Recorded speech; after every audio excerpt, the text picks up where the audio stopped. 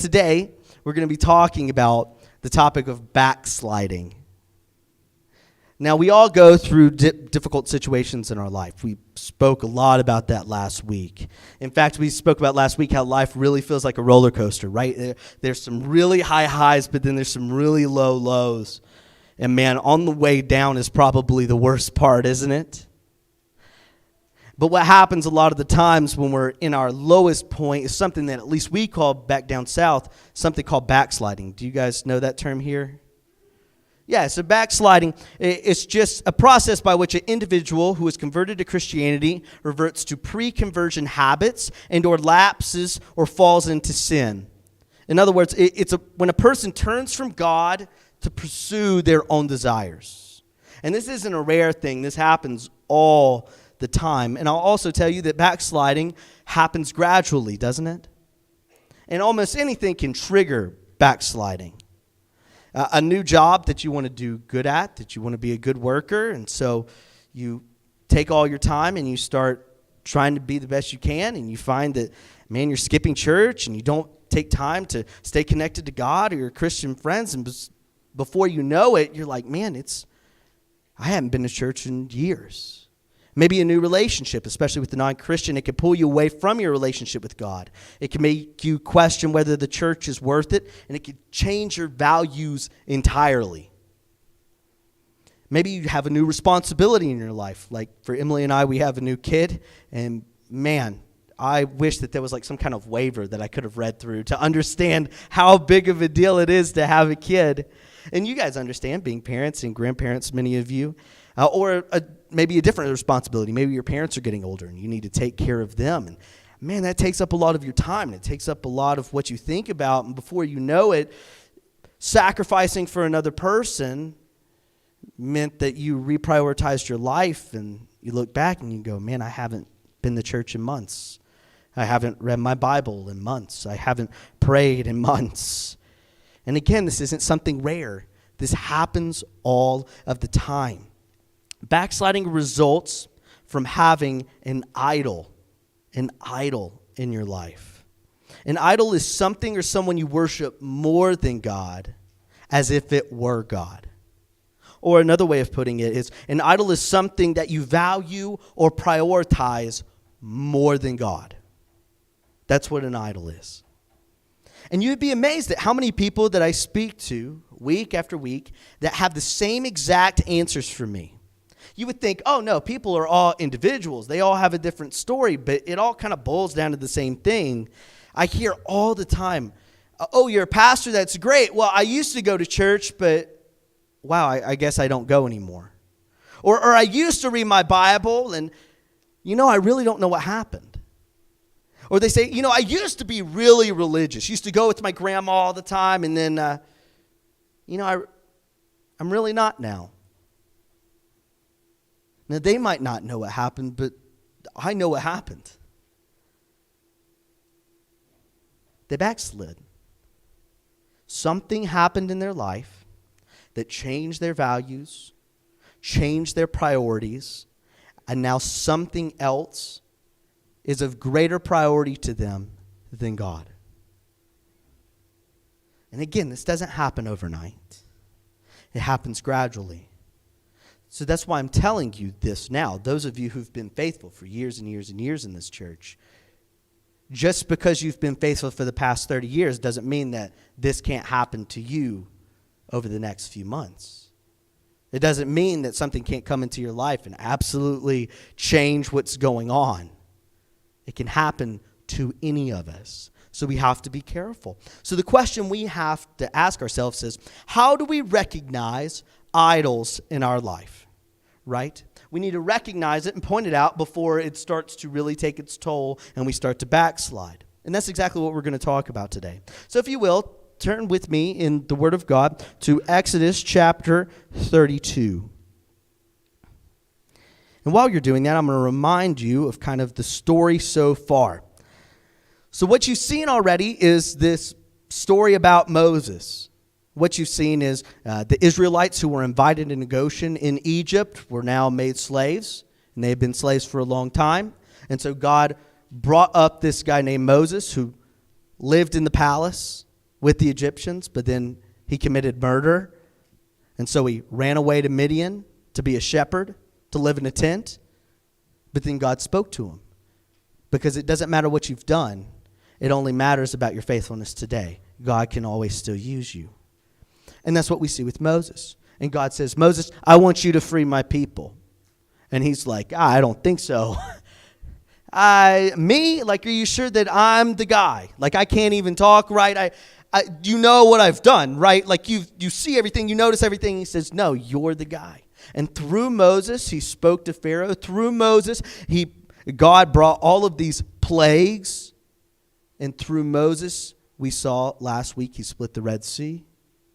And now we find the Israelites in the wilderness. And in the wilderness, they've had to endure a lot of stuff these past, what we can guess is 3 months. The people come to Moses and they say, we're hungry. So God provides bread from heaven known as manna. And they said, we're getting kind of tired of the bread. Can you give us something else? So God provides quail from the sky. They then go, Moses, we're really thirsty. And so they find this body of water. It's salty. Then it's made sweet. Then they continue wandering and they go, we're still kind of thirsty. So they make water come from a rock. And again, you see that the people of Israel are being protected and provided for by God. God has been faithful every single step of the way.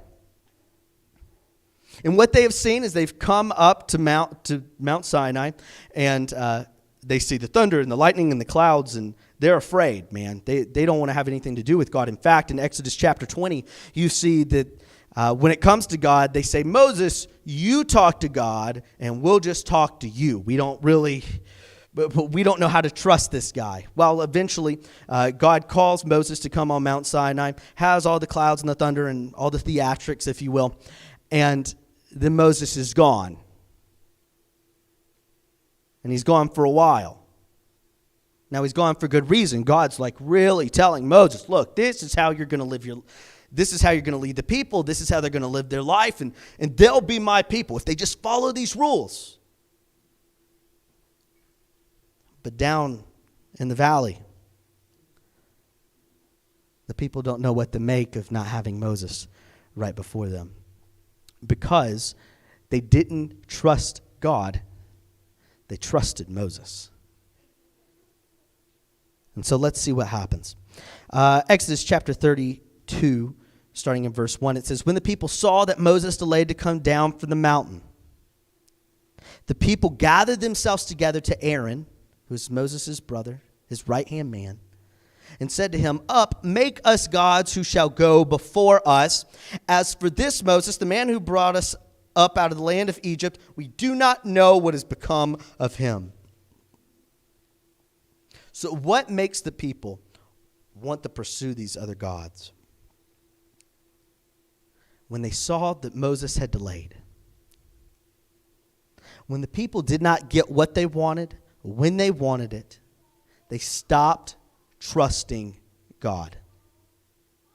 When they had to sit and they had to wait, they didn't want to encounter God. When this difficulty arose, they decided that they would rather go to something that was more familiar to them. And guys, this is so us already. When things don't go our way, when things cause difficulties in our lives, troubles in our lives, what do? I know what I naturally do. Naturally, I want to try and fix it all myself.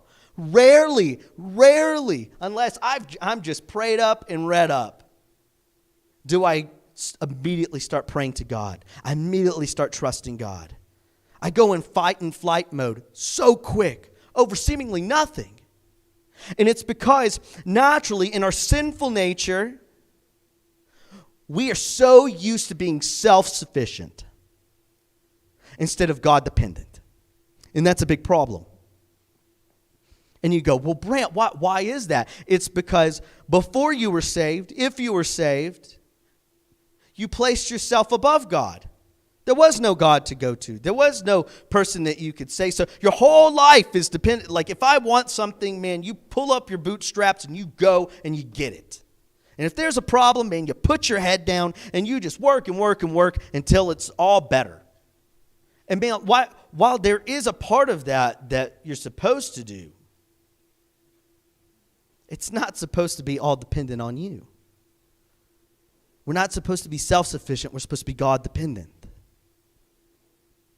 How long do we wait for God to open a door before we tear one down and say, oh, this must be it? Teenagers in dating, and it feels like when I talk to most teenagers, it's like anyone who like gives them like a wink or something, like they're like, that's my husband, that's my wife. There they are, so beautiful, so radiant. This is the one for me, forever. It's like, yeah, probably not.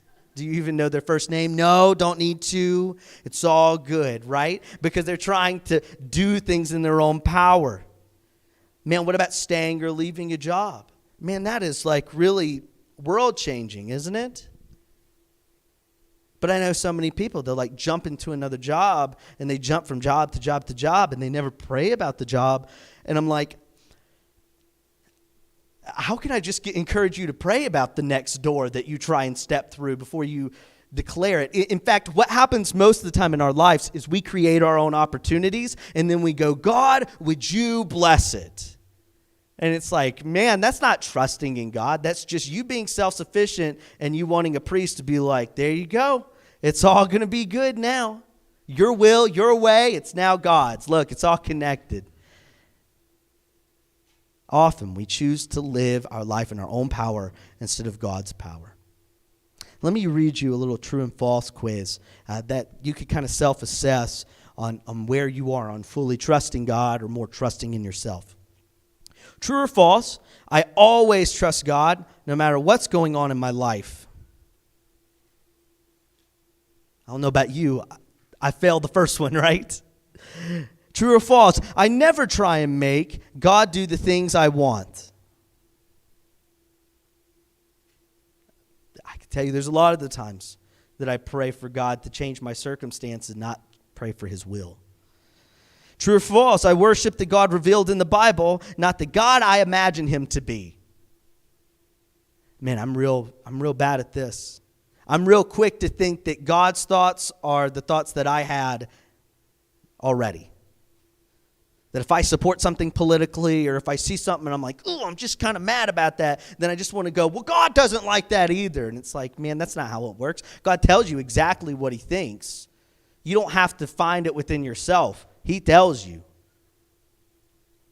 True or false, I always put God first, even when it's inconvenient. I don't know about you, I'm 0 for 4. There are so many times that I trust myself over God. So many times that I try and get God to do the things I want. So many times that I even pray and I go, God, I've done this, I've done this, and I've done this. Why is life so hard? Why am I going through this? Have I not been good enough? Have I not been nice enough? So many times I try and make God look like me. That God fits my logic and my thinking and the things I like. So many times I put myself first, even when it would be convenient to put God first, much less when it's inconvenient. If we're being honest, man, we all fail this test. And the truth is we are more likely to trust ourselves and pursue what we want rather than follow God. So this is exactly why the people of Israel start to create their own God.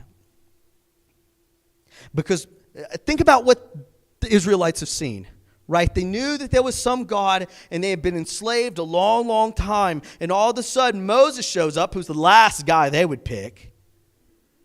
And all of a sudden, this God, he's not like bestowing all these wonderful blessings. He's bringing plagues, man.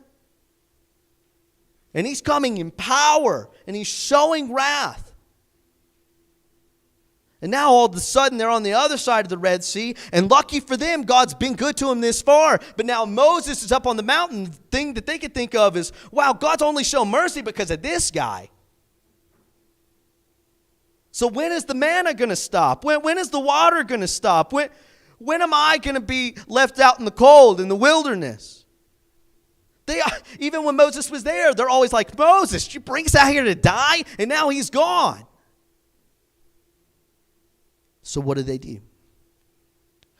They create their own gods. Now, this seems so strange to us, right?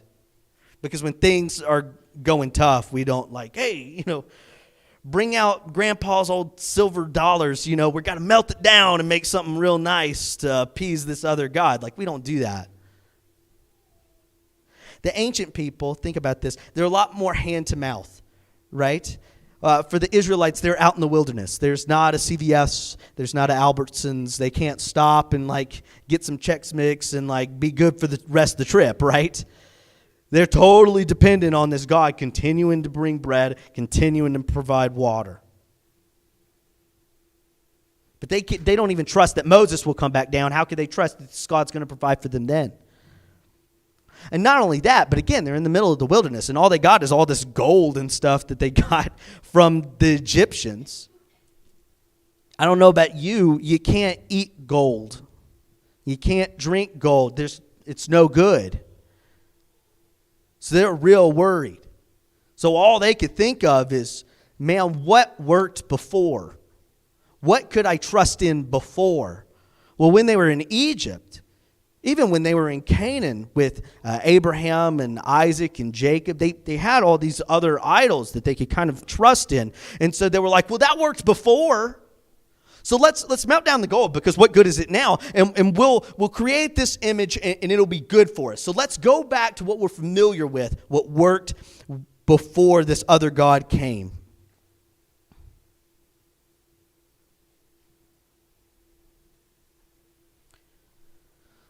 And they were willing to do whatever to appease these other gods. In fact, this is what it says. It says, up and make us gods who shall go before us. As to this Moses man who brought us up out of the land of Egypt, we do not know what has become of them. Look at what they're willing to give up. They're willing to give up all the blessings that God gave them. This is what it says. So Aaron said to them, take off the rings of gold that are in the ears of your wives and your sons and your daughters and bring them to me. So all the people took off the rings of gold that were in their ears and brought them to Aaron. And he received the gold from their hand and fashioned it with a graving tool and made a golden calf. And they said, these are your gods, O Israel, who brought you up out of the land of Egypt. And when Aaron saw this, he built an altar before it. And Aaron made a proclamation and said, tomorrow shall be the feast of the Lord. And they rose up early. And the next day they offered burnt offerings and brought peace offerings, and the people sat to eat and drink and rose up to play. When you are not trusting God, you will give away the blessings that He already gave you. And again, I know this seems so foreign, right? Because we don't fashion a God and put it up in our house. But we do make idols in our own life. The reason why we don't make idols like this is we live in a society where, even if you're crazy down and out, there are ways that you could find a place to stay for the night. There are soup kitchens that will give you food. There are places where you could go to the restroom. There are running fresh, clean water. Even if you're completely down and out, your basic needs can sort of be met at least some of the time.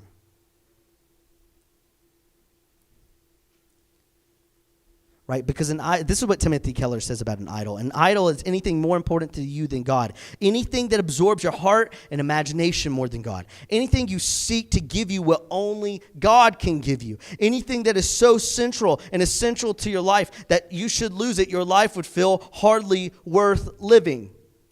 And so we don't fashion these other idols because we have these other assets in our life that we fully trust to get us by. We have idols in our life that give us power and affirmation and control and comfort. And no matter what the idol is, it'll try and seek one of these four things: the power, affirmation, control, and comfort. And the problem is the idol that we thought would bring us what we desire will end up controlling us every single time. What are some idols in our life? What am I talking about that we make idols in our life? One huge idol, especially here in the West, is family. We make huge idols in our family. Well, how do I know that I'm making an idol out of my family? We idolize our family when we are only inwardly focused on the well-being of our family and not outwardly focused on anyone else. And as a new father, boy, it is hard to be outwardly focused. It's hard when you see this kid who needs all of your attention almost all the time, right? And then you look at your wife and she's frazzled and you're frazzled and you're like, man, I just really need to keep focusing inward, right? God blessed me with this kid and I'm supposed to really be a good parent. I'm supposed to meet all these benchmarks and do all these right things. You become so obsessed over looking inward that you never look outward anymore. We make idols out of wealth, right? Man, we all trust what's in our bank account because it pays for everything. And if we're being honest, most of us desire more than just to get by, right? We're not looking for just day by day. Man, oh, great, I got $1.25. I could go to McDonald's and eat a burger today, right?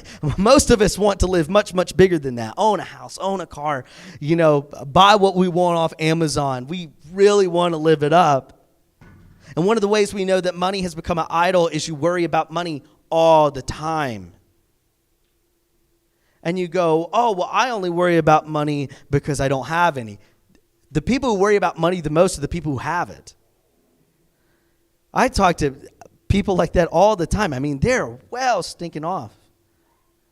And you just talk to them, and they're just like worried. I'm like, man, you're a millionaire. You're sitting on a pile of cash. I wouldn't know what to do with all of your money.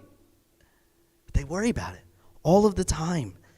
And one of the other ways that you know that money is an idol is it hurts you to think about giving money away. I heard this story one time.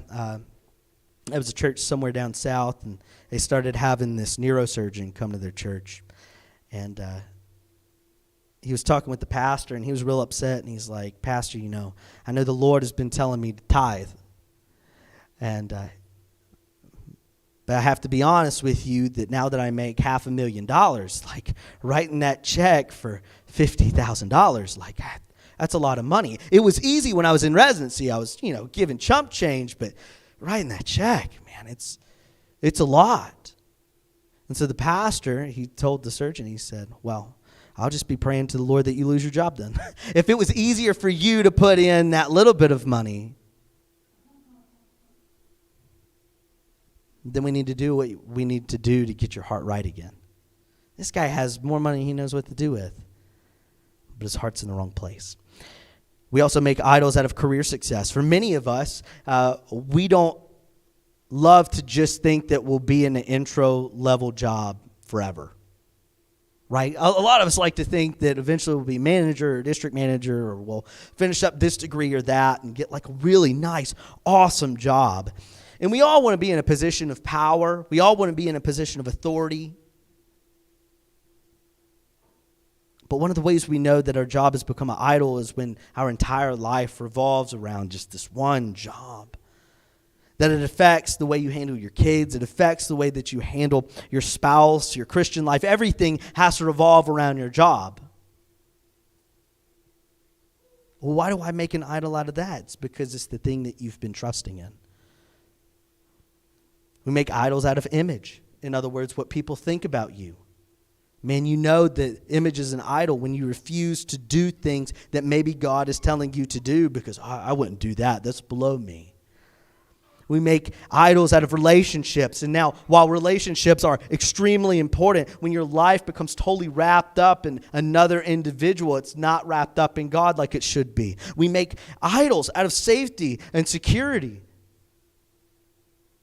In fact, it affects most of our decisions if we think about it. Safety and security for our family. It affects where we live, how we vote, what we spend money on, who our friends are, who we allow our children around, how we handle our health, where we go, and why we go there. Now, I'm not saying that you guys should go into any dangerous places without the Lord telling you to. But just recognize how many of your decisions are based on safety and security, are based on your jobs, are based on what other people think about you, are based on your relationships. And I'm trying to tell you this to save you from the heartbreak later. Because when we seek satisfaction outside of God, we will always end up depleting the blessings that God has given to us instead of adding to the blessings. We will always deplete the blessings when we're searching after other things. And in times of great fear and anxiety, we will run to the idols that we are most familiar in trusting. In times of great fear and anxiety, we will run to the idols that we are most familiar in trusting. It says, when Aaron saw this, he built an altar before it, and Aaron made a proclamation and said, tomorrow shall be a feast to the Lord. And they rose up early the next day and offered burnt offerings and brought peace offerings, and the people sat down to eat and drink and rose up to play. J.D. Greer actually makes a really great point that I want you to hear. He says, what they are doing is not outright rejection of God, but in a way supplementing their worship. They didn't say, God, we hate you, let's be atheists. The calf is something familiar in that they trusted. So in this time of fear, they returned to an old idol. Right? He says, tomorrow shall be a feast to the Lord. What they did is they're mixing all their beliefs so they can kind of have what they're used to, have what they normally trust in, but also try and have God as well. J.D. Greer argues that it was not that they did not believe in God. It's that they wanted God and these other gods. They wanted their cake and they wanted to eat it too. And they did not want to fully forsake God because, man, they just saw everything that he could do. He could really cause some havoc, and he can make bread come from heaven and make quails land. It's crazy stuff.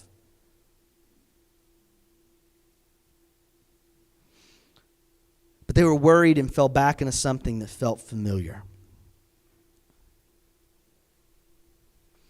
That is what happens to us. I can't tell you how many, well, this isn't that big of a deal now, but how many people that used to smoke and something gets like really messed up in their lives and they immediately take up smoking again. Where I'm from, everybody dips or chews.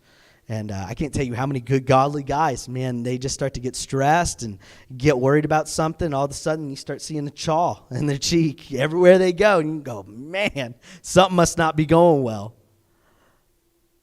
We are so quick to go back to what we are familiar with, back to what we normally trust in, rather than trust in the Lord.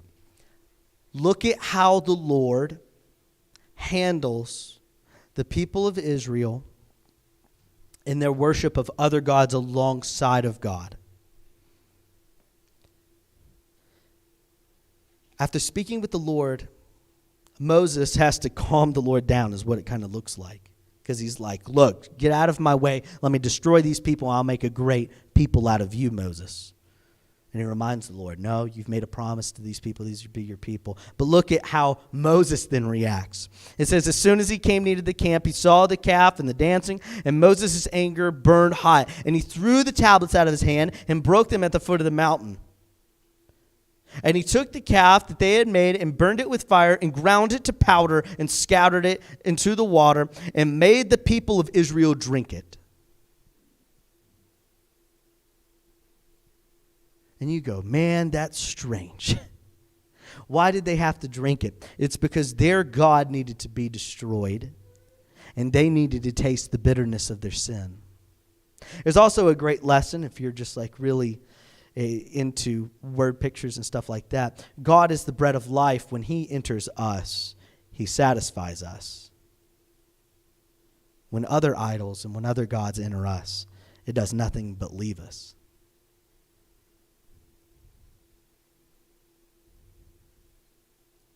Look at what else Moses did. Then Moses stood in the gate of the camp and said, who is on the Lord's side? Come to me. And all the sons of Levi gathered around him. And he said to them, thus says the Lord of Israel, put your sword on each side of you and go to and fro from gate to gate throughout the camp, and each of you kill his brother and his companion and his neighbor. And the sons of Levi did exactly according to the word of Moses. And that day about 3,000 men of the people fell. And Moses said, today you have been ordained for the service of the Lord, each one of you at the cost of his son and of his brother, so that he might bestow a blessing upon you this day. So not only did Moses destroy the god, not only did he make the people drink it, he then made the Levites go and kill all the troublemakers, all the ones stirring things up.